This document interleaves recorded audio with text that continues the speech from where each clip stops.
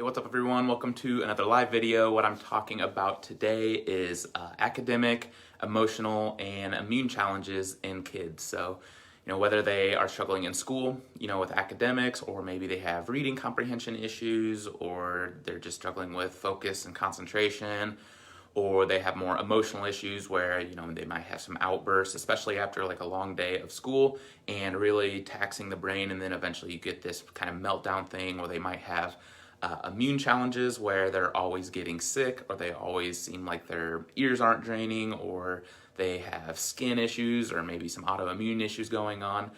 One common thread for kids that have these challenges that I see is an imbalance in electrical activity between areas of the brain. So this is actually, they've done studies, I think the ones that I'm talking about were specifically around autism and ADHD, but it applies to many other areas. They looked at kids with these issues, and then they found that certain parts of their brain were lighting up more than others. So a quote-unquote normal child that wasn't having any issues, it would be very symmetrical. The amount of electrical activity in their brain was very symmetrical from side to side, whereas maybe a child with autism, they found that the left side was lighting up way more and there was almost no activity on the right side. So there's kind of this imbalance in electrical activity from side to side, and that's what I see with a lot of kids with these academic and emotional and immune challenge issues.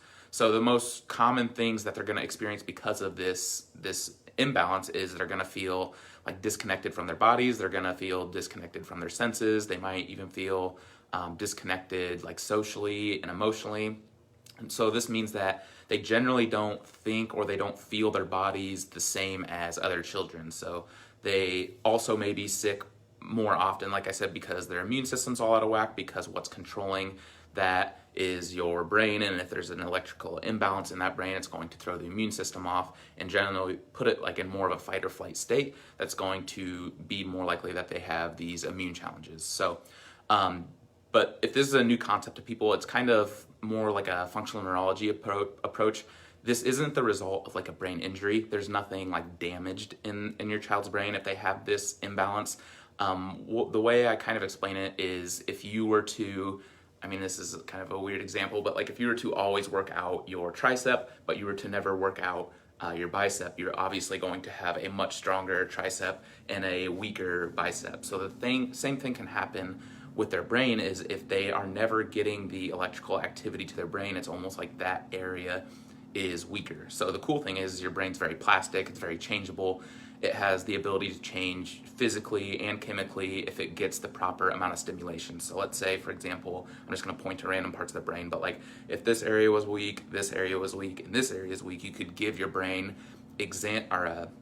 exercises to work out that specific area of the brain, and what that's going to do is increase the amount of electrical activity. It's going to increase the amount of blood flow to that part of the brain, and it's going to build something called plasticity, which basically means that your brain neurons, your brain cells start to grow together and they start to strengthen. So it's just like if you were to want to strengthen your bicep, you would do exercises to stimulate that area. Just like the muscle, you're going to stimulate that area that's weaker in the brain. So that weak area of the brain that can get rewired and catch up to the stronger areas, and that's kind of what we do with any of the kids with learning issues or behavioral disorders.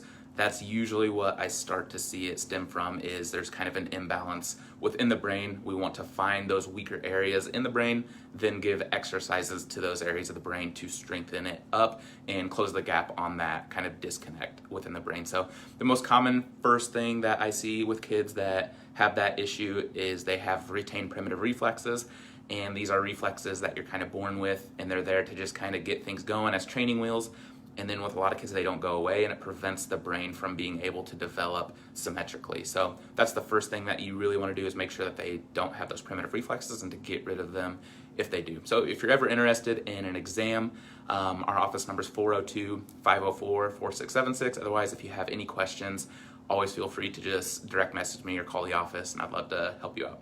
All right, hope that helped, and I'll see you guys tomorrow with another video.